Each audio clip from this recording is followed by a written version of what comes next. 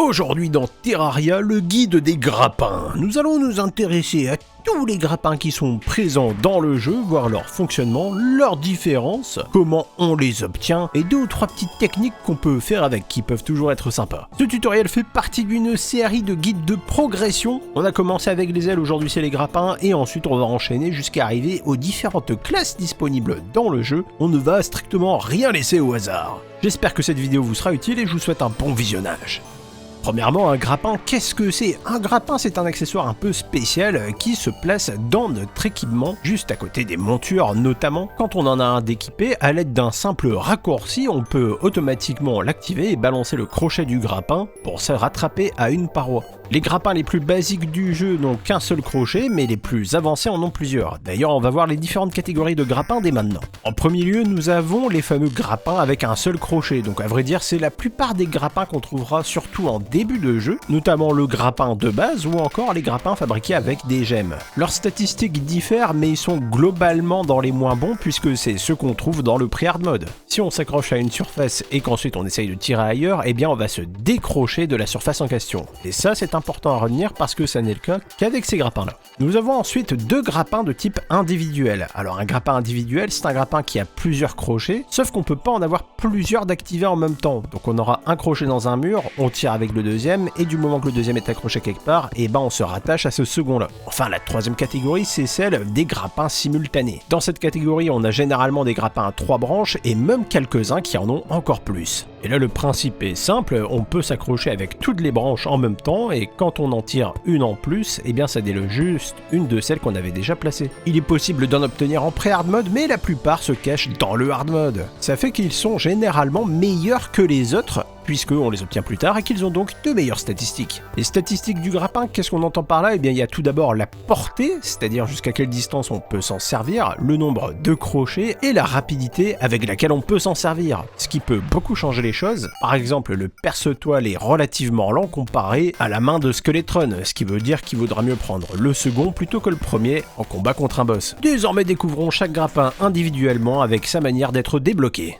Commençons tout d'abord avec le grappin. Le grappin, grappin quoi. Ce grappin, on peut l'acheter au gobelin bricoleur pour 2 pièces d'or, ou alors on peut le fabriquer avec un crochet ainsi que 3 chaînes. Ça se fabrique sur une enclume en fer ou en plomb. On peut obtenir des crochets sur la plupart des squelettes qu'on va en trouver en souterrain, hormis ceux du donjon, ainsi que sur les piranhas. Et la chaîne se fabrique avec un petit peu de fer ou de plomb avec une enclume. Honnêtement, c'est mieux que rien, mais de là à aller le fabriquer, bof, il est beaucoup mieux. Par exemple, le grappin écureuil qu'on peut acheter auprès de la zoologiste pour la modique somme de 2 pièces d'or. En plus d'agir comme un grappin classique, il permet également de s'accrocher aux arbres, ce qui est assez sympathique comme fonctionnalité. Mais les grappins que je préfère pour commencer une partie, c'est vraiment les grappins qu'on fabrique avec des gemmes. On a donc le grappin d'améthyste, de topaz, de saphir, d'émeraude, de rubis, le grappin ambre ainsi que le grappin de diamant. Ils se fabriquent tous avec 15 de leurs gemmes respectives, qu'on trouve évidemment dans les souterrains occasionnellement. Ça peut donc parfois prendre du temps d'en fabriquer, mais ceux en améthyste ou en topaz se fabriquent généralement assez vite. Ils ont des statistiques légèrement différentes, c'est-à-dire que celui en diamant est légèrement meilleur que celui en améthyste, mais ils sont tous grosso modo dans un mouchoir de poche. Peu importe lequel on se fait, généralement c'est une bonne idée d'en avoir un si on n'en a pas encore eu à ce stade-là du jeu. Le perce-toile est un grappin un peu particulier qu'on obtient dans des nids à araignées, c'est-à-dire les cavernes où on a tout un tas d'araignées, ainsi que de toiles, et donc on les trouve uniquement dans les coffres comme ceux-ci. Et ce grappin-là, par rapport aux autres, eh ben, il a 8 branches, c'est celui qui a le plus de branches. Alors après, c'est pas aussi pratique que ça en a l'air, mais c'est toujours sympa. On a ensuite la main de Skeletron, qui est donc un drop de Skeletron, évidemment, 12,24% de chance en classique et 33,33% en expert ou en master mode. Il permet d'avoir un grappin à 2 branches, ou devrions-nous dire 2 mains sur le cas là, mais 2 mains ça fait un peu loin, donc on va plutôt dire aujourd'hui est-ce qu'on tentait de 2 branches. Hélas, il est souvent dépassé avant même d'être arrivé par le grappin de gelée, qui est un drop occasionnel du roi des gelées, avec 33% de chance de l'obtenir en mode classique et 50% en mode expert ou master. Et le grappin de gelée, lui, a carrément 3 branches. Il est un petit peu lent et pas forcément la meilleure des portées, mais un grappin à 3 branches en début de jeu, on ne dit pas non. Le hameçon, de son côté, est une récompense de quête du pêcheur. C'est peu fréquent, on a une chance sur 60 de l'obtenir à chaque quête du pêcheur, mais il fait partie des grappins à 2 branches. Donc l'obtenir en début de jeu, c'est pas si mal. Le fouet de lierre est un grappin qui porte mal son nom, puisque c'est un grappin, pas un fouet. Qu'est-ce que ça fait là, sans déconner? Le pire, c'est que la traduction française est exacte en plus. Ça se fabrique auprès d'une enclume, avec 12 spores de la jungle et 3 lianes. Donc les spores, on les trouve occasionnellement en se promenant dans la jungle souterraine. Les lianes, quant à elles, ne droppent que des croqueuses d'hommes, les plantes carnivores toujours dans la jungle souterraine. Celui-là, peu importe les versions de Terraria, ça reste un de mes grappins préférés. Facile à obtenir, en tout cas plus simple que d'autres. 3 branches, polyvalent, puissant et dure longtemps celui-là. Il y a même moyen de rusher la jungle avant d'avoir battu un boss pour l'obtenir. Quand on est en pleine période d'Halloween, donc du 10 octobre au 1er novembre ou juste après une lune des citrouilles, on peut obtenir des sacs surprises en tuant des monstres. Et les sacs surprises, quand on les ouvre, nous donnent occasionnellement la chance d'obtenir le chauffe-grappin.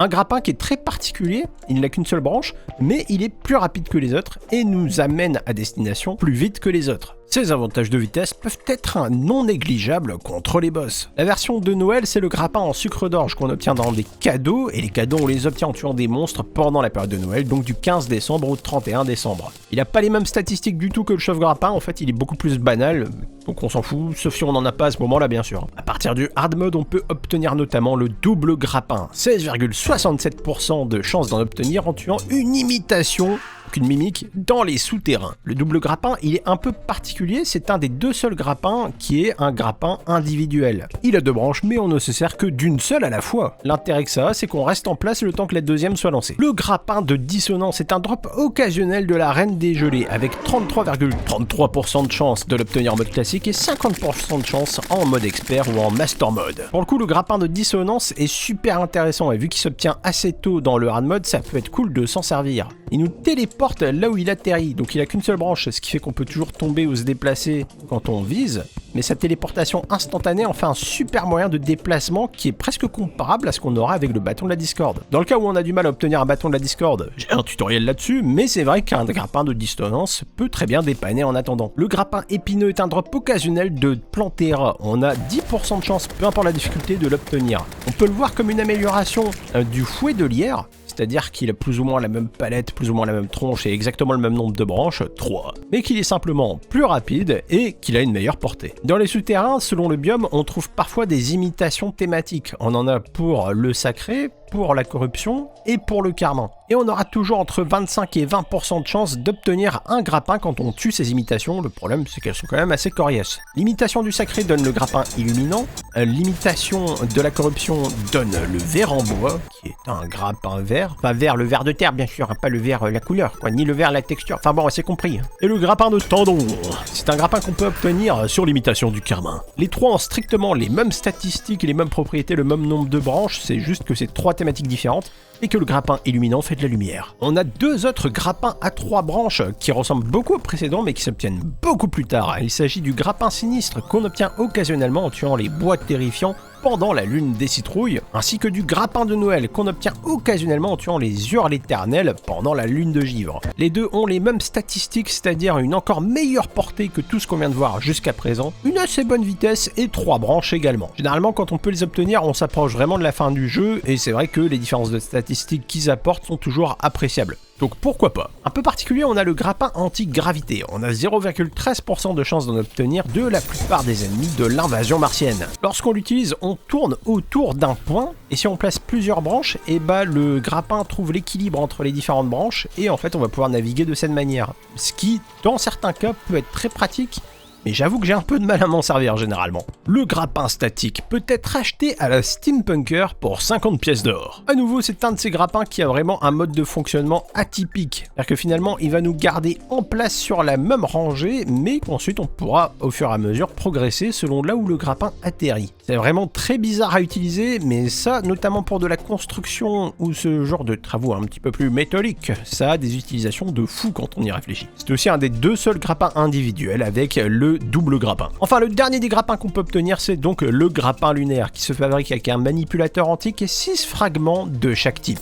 Donc astral, nébuleux, vortex et solaire. Que ce soit en termes de rapidité, de portée ou même de nombre de branches, c'est vraiment le meilleur des grappins à n'en pas douter. On peut obtenir avec les 4 branches une certaine forme de précision qu'on n'a pas avec ceux à 3 branches, et en même temps, avec sa portée et sa rapidité, on est quand même sur du bon grappin pour combattre les boss. Comme on l'avait fait pour les ailes, voici mes petites recommandations sur les grappins à différentes phases du jeu. Et cette fois-ci, on a paradoxalement moins de phases du jeu. Finalement, on a tout d'abord le début du pré-hard mode.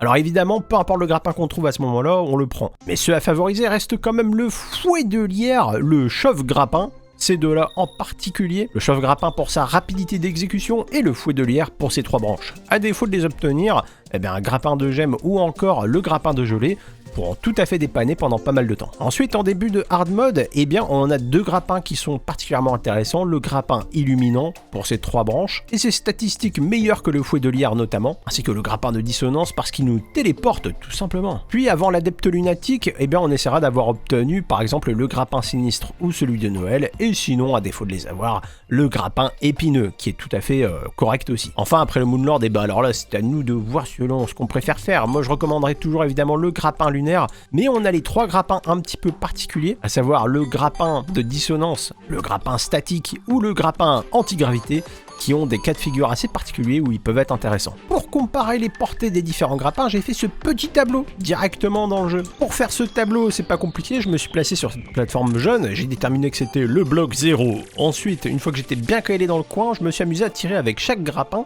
le plus droit possible, et ensuite j'ai placé le grappin correspondant dans un cadre juste au-dessus, directement là où il arrivait. Donc ensuite on a des pancartes en dessous, 10 blocs, 20 blocs, 30, 40, 50, et à partir de là ça a donné ce petit classement. Alors en orange, ici on a tous les grappins du pré-hard mode qui se retrouvent par là, avec notamment le grappin de base, et on voit bien l'évolution de tous les grappins de gemmes en plein sur la ligne par ici. Le fameux chauffe-grappin qui est vraiment très puissant, je pense qu'un jour il sera peut-être même corrigé. Et enfin on a quelques-uns des autres grappins qui viennent se promener par là pour le pré-hard mode. Du côté du hard mode, c'est pas bien compliqué, la plupart des grappins qu'on peut obtenir sont tous dans un mouchoir de poche en termes de portée.